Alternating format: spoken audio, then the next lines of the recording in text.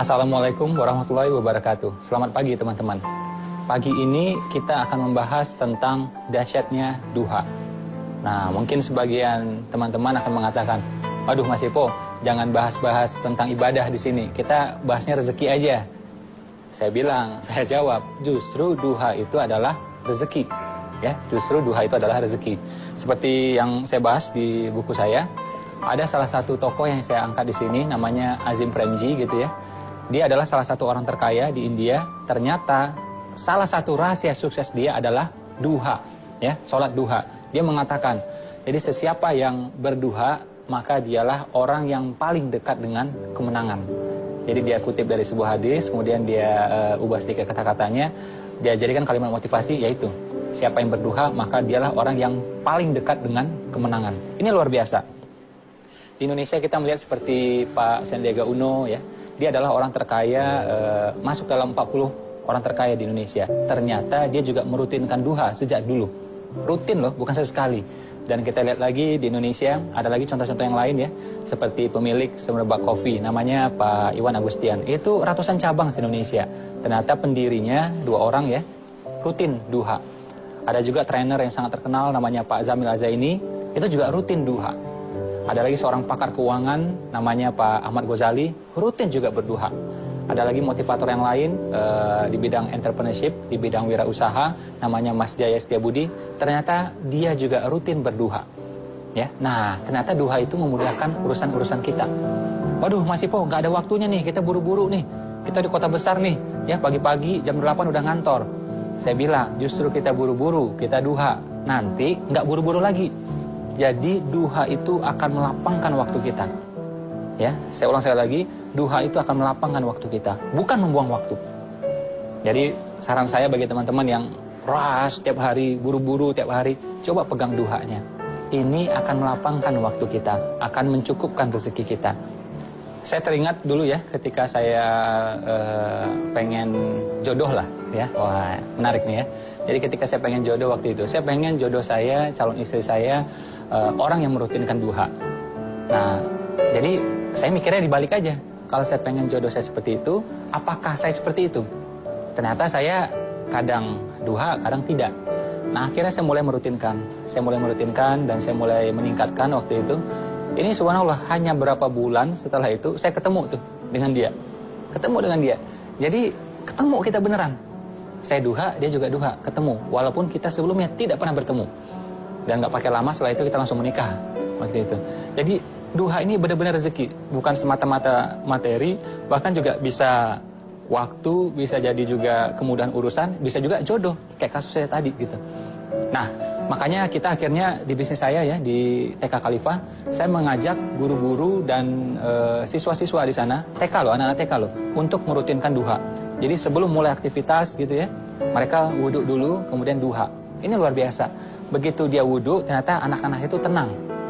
Karena anak-anak tuh biasanya ini nih, ya biasalah anak kecil ya, heboh gitu. Nah, itu tandanya sehat. Nah, cuma mau belajar ini kan perlu tenang. Karena itu dia wudhu dulu, kemudian dia duha. Efeknya tenang luar biasa. Semenjak ya, jadi ketika waktu itu saya minta seluruh tim saya berduha waktu itu di TK Khalifah, itu TK kita langsung pertumbuhannya luar biasa. Jadi dari 4 cabang langsung naik 15 cabang, terus naik lagi sampai 70-an cabang di seluruh Indonesia. Nah, akhirnya tanpa saya minta pun, akhirnya seluruh tim sekarang ya alhamdulillah rutin berduha. Jadi orang-orang di rumah ya, seperti yang bantu-bantu di rumah, yang mengasuh anak saya, sampai juga yang bawa mobil saya, itu rutin juga berduha, alhamdulillah. Jadi duha itu akan mencukupkan waktu kita. Duha itu akan melapangkan rezeki kita.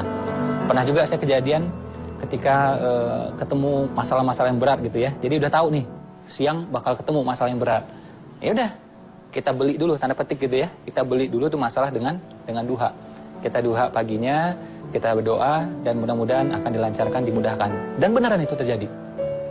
Jadi duha ya, kalau dikombinasi dengan yang lain, saya menyebutnya dengan 7D ya, 7D. Ini adalah rezeki yang luar biasa. Apa tadi? 7D. Apa saja 7D tersebut? Pertama, duha. Kedua, doa. Ya. Terus apa lagi? Dagang. Ya. Nah, dagang ini penting nih. Rezeki nih. Terus apa lagi? Derma. Ya, derma. Terus apa lagi? zikir. Nah, ini udah 5D nih.